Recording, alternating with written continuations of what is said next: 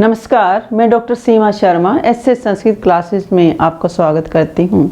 आज हम एक छंद प्रकरण का नया छंद करते हैं, वंशस्थ। जतौ तु वंशस्थम उदीरितम जरो। इसमें कुल 12 मात्राएं हैं, जिनका क्रम कैसा रहेगा? जगन, तगन, जगन और रगन, यानी 12 मात्राओं का ये क्या है? सम्मिलित है। इसमें 12 वर्णों का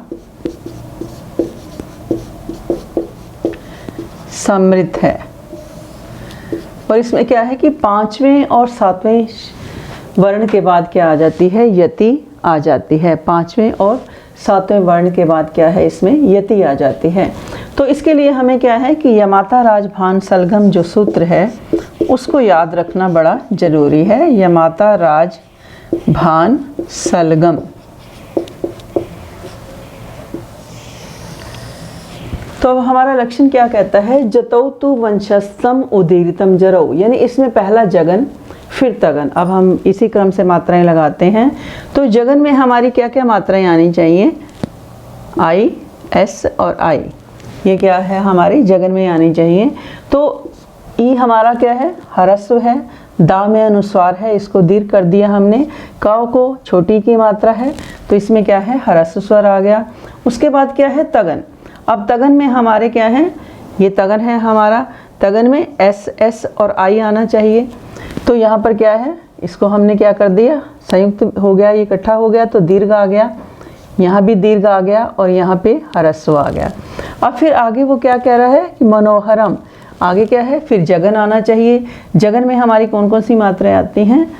आई, एस, आई। तो यहाँ पर भी क्या आ गया? हमारा ह्रस्व स्वर आ गया, यहाँ पे दीर्घ आ गया, यहाँ पे ह्रस्व आ गया। फिर उसके बाद क्या है? रगन। रगन में हमारी कौन कौन सी मात्राएं आनी चाहिए? एस, आई, एस। तो यहाँ पर क्या आ जाएगा? एस, आई और यहाँ पर एस। तो इस तरीके से हमारी 12 जो वर्ण हैं इसमें पूरे हो जाते हैं, क्योंकि ये 12 वर्णों का क्या है? सम्मिलित है। अब अगला हम मात्राएं लगाते हैं तप्पे शब्द के ऊपर। तप्पे शमम साधितुम या इच्छति। यहाँ भी क्या है? ता में क्या है? छोटा मिला हुआ है, तो यहाँ पर हमने क्या लगा दी? ह्रस्व स्वर आ गया। प के साथ में क्या है? विसर्ग है, तब हमने इसको क्या कर दिया? दीर्घ कर दिया। अब शमा, इसमें क्या है? छोटा। शमम, इसमें छोटा मिला हुआ है श में, तो हमने इसको ह्रस्व कर दिया। माँ के ऊपर क्या है? अनुस्वार है, इसको दीर्घ स्वर कर दिया हमने। यहाँ भी स में क्या है? दीर्घ है, दीर्घ कर दिया। यहाँ ध में ह्रस्व है। फिर यहाँ क्या है? अब आगे फिर जगन आ गया, यहाँ पे ह्रस्व है। ता को छोटी की मात्रा है, ऊपर क्या है? अनुस्वार है, तो इसको हमने क्या कर दिया? दीर्घ कर दिया। यहाँ भी हमने ह्रस्व कर दिया। अब यहाँ पर एस आ गया और यहाँ पर आई आ गया, और यहाँ हमारा क्या आ रहा है? आई आ रहा है, परंतु छंद की आवश्यकता के अनुसार हमें क्या चाहिए? दीर्घ चाहिए। तो हमारा नियम है कि छंद की आवश्यकता के अनुसार अंतिम वर्ण यदि लघु आ रहा है तो उसको हम क्या कर देते हैं? दीर्घ आदेश कर देते हैं। ध्रुवम स नीलोत्पल पत्रधार्या। अब ध को कौन सी मात्रा है? ऊ की मात्रा है। ध, र और ऊ। ध, र और ऊ। अब ये जो पहला है इसको हम निकाल देंगे बाहर, क्योंकि इसका छोटे ऊ की मात्रा है यहाँ पर, तो यहाँ पर हमने क्या कर दिया? इसको आई की लघु स्वर आ जाएगा। यहाँ पे क्या है? अनुस्वार है, इसको दीर्घ कर दिया। यहाँ पर आई आ गया। फिर अब अगला क्या है? ता, राजा, तगन। अगला हमारा जगन के बाद अगला हमारा क्या है? तगन। तगन में क्या है? एस, यहाँ भी दीर्घ आ गया, यहाँ तक आ गया ये। फिर यहाँ पे ह्रस्व आ गया। फिर अगला हमारा क्या है? जगन। जगन में क्या है? एक ये और पत्र, प त इधर इसका ले लेंगे हम, ये र अकेला रह जाएगा। यहाँ पर फिर हमने क्या कर दिया? दीर्घ कर दिया। यहाँ फिर ह्रस्व कर दिया और यहाँ पर हमने दीर्घ कर दिया। तो अगली पंक्ति करते हैं। शमिलताम छेतुम ऋषि व्यवस्यति। तो यहाँ पे ह्रस्व स्वर है, ह्रस्व आ गया, दीर्घ है, दीर्घ आ गया। फिर यहाँ ह्रस्व है, यहाँ फिर दीर्घ आ गया। छेतुम, छेतुम का ता, छे के बाद त इधर ले लेंगे, यहाँ पे आ गया। फिर इसको ह्रस्व कर देंगे। फिर री का आई और शी, इसको संयुक्त कर देंगे, दीर्घ कर देंगे। उसके बाद फिर ह्रस्व कर देंगे, यहाँ फिर दीर्घ, यहाँ ह्रस्व और यहाँ ह्रस्व। तो अंत में हम क्या कर देंगे, दीर्घ इसको हम कर देंगे। 2 पंक्तियों में तो हमारा दीर्घ दीर्घ आया है, परंतु जो दूसरी और चौथी पंक्ति है उसमें क्या है, अंतिम शब्द हमारा क्या आया है, ह्रस्व आया है। परंतु छंद की आवश्यकता के अनुसार हम क्या कर सकते हैं कि अंतिम वर्ण को यदि हमें उसकी दीर्घ की आवश्यकता है तो हम उसको क्या कर सकते हैं, दीर्घ आदेश कर दे सकते हैं। तो इस प्रकार ये हमारा क्या है, 12 वर्णों का समृद्ध है। तो पेपर में इस तरीके से छंद हमारे ये बहुत इंपॉर्टेंट छंद हैं, इसके लिए हमें ये सूत्र जो है याद रखना आवश्यक है। तो अगला छंद करते हैं, शिखरिणी। इसका लक्षण क्या है, रसई रुद्रई छिन्ना यमन सब लागे शिखरिणी। यानी इसमें कुल 17 वर्ण हैं, यगन, जिनका क्रम क्या रहेगा, यगन, मगन, नगन, सगन, भगन, लघु और गुरु। रसई रुद्रई छिन्ना यमन सब लागे शिखरिणी। तो इसके लिए भी सूत्र हमें यह माता राजभान सूत्र अगर हम लिख लेंगे तो हम आसानी से इसके ऊपर मात्राएं लगा सकते हैं। ये माता राज भान सलगम।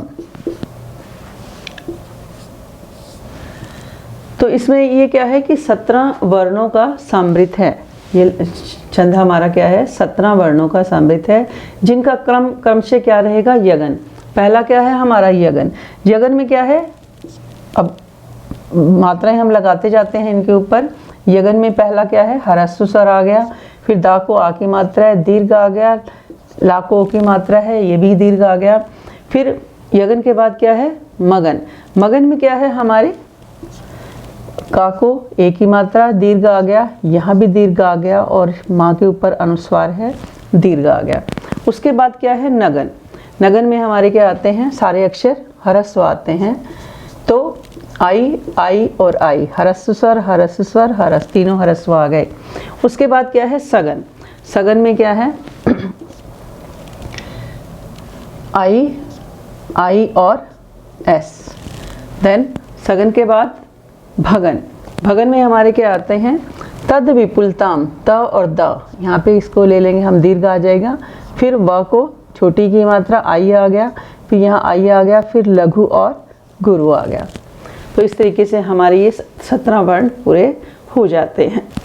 तो 3 के बाद हम क्या करेंगे, यहाँ पर कोमा लगाते जाएंगे। तो पहला हमारा क्या है, यगन आ गया, फिर मगन आ गया, फिर नगन आ गया, देन सगन आ गया, फिर भगन आ गया और फिर लघु और गुरु आ गए। और फिर हम मात्राएं लगाते हैं दूसरी पंक्ति के ऊपर। तो यहाँ पर क्या है, आई आ गया, यद धा, द इधर आ जाएगा, दद बन जाएगा ये। तो यहाँ पे दीर्घ कर दिया, यहाँ भी हमने क्या कर दिया, दीर्घ कर दिया। अब विच्छिन्नम, विच, ये च इधर आ जाएगा, संयुक्त व्यंजन माना जाएगा, दीर्घ हो जाएगा। और छ और ना, ये भी यहाँ तक क्या आ जाएगा हमारा, संयुक्त व्यंजन हो जाएगा। ना के ऊपर क्या है, अनुस्वार है। फिर आगे नगन, ह्रस्व ह्रस्व ह्रस्व। फिर नगन के बाद क्या है, सगन। सगन में क्या है, का को छोटी रीम है हमारी, ह्रस्व आ गया, यहाँ भी ह्रस्व है और यहाँ पे ना इधर आ जाएगा, इसको हम क्या कर देंगे, दीर्घ आदेश कर देंगे। सगन के बाद अगला हमारा क्या है, भगन। तो यहाँ पे दीर्घ आ गया, यहाँ ह्रस्व आ गया, यहाँ ह्रस्व आ गया, फिर यहाँ ह्रस्व और तत्, ये क्या है, संयुक्त व्यंजन हो गया। तो यहाँ पर दीर्घ स्वर हमारा आ गया। तो मात्रा की हम गिनती करते हैं। पहला हमारा क्या है, यगन, फिर मगन, फिर नगन, फिर उसके बाद सगन और भगन और लघु और गुरु। तो 17 वर्ण हमारे क्या हैं, पूरे हो जाते हैं। अगली पंक्ति पर मात्राएं लगाते हैं। यहाँ पे क्या आ गया, ह्रस्व, यहाँ इसको हमने दीर्घ कर दिया, यहाँ भी दीर्घ स्वर आ गया। फिर यद वक्रम, य द इकट्ठा ये संयुक्त व्यंजन आ जाएगा, यहाँ हम इसको हमने ऐसे कर दिया। फिर वक्रम, व और क, यहाँ भी इसको हमने दीर्घ कर दिया। और फिर र और ऊपर अनुस्वार, रम, यहाँ पे हमने इसको क्या कर दिया, दीर्घ आदेश कर दिया। आगे क्या है, मगन के बाद नगन, ह्रस्व स्वर, ह्रस्व और ह्रस्व, क्योंकि हमारे नगन में क्या है, तीनों ह्रस्व होते हैं, तीनों लघु स्वर होते हैं। फिर नगन के बाद सगन, आई, ह्रस्व स्वर, यहाँ भी ह्रस्व और यहाँ हमने समरेखम, इसको हमने क्या कर दिया, दीर्घ कर दिया, रेखम। अब सगन के बाद क्या है, भगन, एस दीर्घ स्वर आ गया, यहाँ ह्रस्व आ गया, यहाँ भी ह्रस्व आ गया, यहाँ पर यहाँ क्या आ गया, ह्रस्व के बाद दीर्घ स्वर आ गया। तो यहाँ भी हमारी क्या है, मात्राएं कॉमा लगाते हैं। 3 के बाद पहला यगन, फिर मगन, फिर नगन, फिर सगन और फिर भगन। तो इस तरीके से हमारे पूरे लघु गुरु मिला के 17 वर्ण पूरे हो जाते हैं। अगला हम करते हैं न, ह्रस्व, यहाँ भी दीर्घ, यहाँ दीर्घ, रेख मात्रा है, दीर्घ आ गया। किंचित, ये इधर ना ले लेंगे, इसको भी दीर्घ स्वर कर देंगे। चा को ई की मात्रा और यहाँ तक संयुक्त वर्ण हम इसको मान लेंगे व्यंजन, तो दीर्घ कर देंगे। अब अगला क्या है, क्षणम अपि। अब यहाँ पे क्या है, ह्रस्व आ गया, यहाँ भी ह्रस्व, यहाँ भी ह्रस्व, यानी लघु स्वर। नगन में हमारे तीनों क्या होते हैं, लघु स्वर होते हैं। उसके बाद नगन के बाद क्या है, सगन आ गया। तो सगन में भी क्या होता है, लघु, लघु और गुरु। उसके बाद सगन के बाद भगन आ गया। भगन में हमारा क्या है, यहाँ तक इसको दीर्घ कर दिया, फिर यहाँ ह्रस्व आ गया, यहाँ ह्रस्व आ गया, यहाँ ह्रस्व आ गया और यहाँ पर दीर्घ आ गया। एक बार गिनती कर लेते हैं। यहाँ भी पहले हमारे यगन आ गया, फिर मगन आ गया, उसके बाद फिर 3 नगन आ गए, नगन आ गया तीनों, और देन नगन के बाद हमारा क्या आया, सगन आ गया, उसके बाद सगन के बाद भगन आ गया। तो SSI IS, इस तरीके से हमारे ये सारे वर्ण पूरे हो जाते हैं। 3 3 6 3 9 3 12 3 15 और 2 17।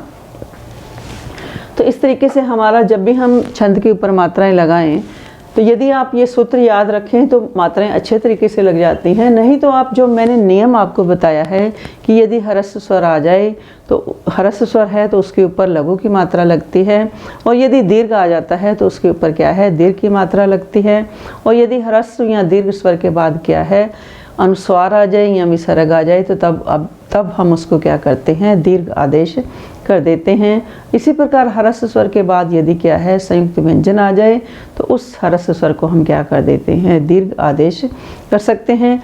इस तरीके से भी स्टूडेंट्स आप मात्राएं लगा सकते हो, परंतु यदि आप सूत्र को याद कर लेंगे तो आपके गलती होने का कम चांस रहते हैं, बहुत कम चांस रहते हैं, क्योंकि आप इसके हिसाब से आप इसकी जो है गणना कर सकते हो। तो आज हमने वंशस्थ और शिखरणी छंद किए। वंशस्थ छंद में हमारा जो था 12 वर्णों का समृद्ध था, और ये छंद जो हमारा है 17 वर्णों का समृद्ध है। और इसमें क्या है, 8वें और 11वें के बाद क्या है, यति आती है। यदा लोके सूक्ष्मम, यदा लोके सूक्ष्मम, इसमें क्या है, 6 और 6 2, 8वें शब्द के बाद क्या आती है, यति आती हैं। तो आज के लिए इतना ही। मैं मिलती हूँ अपनी नई वीडियो में अपने नए संस्कृत लेसन के साथ। धन्यवाद। जय हिंद, जय भारत।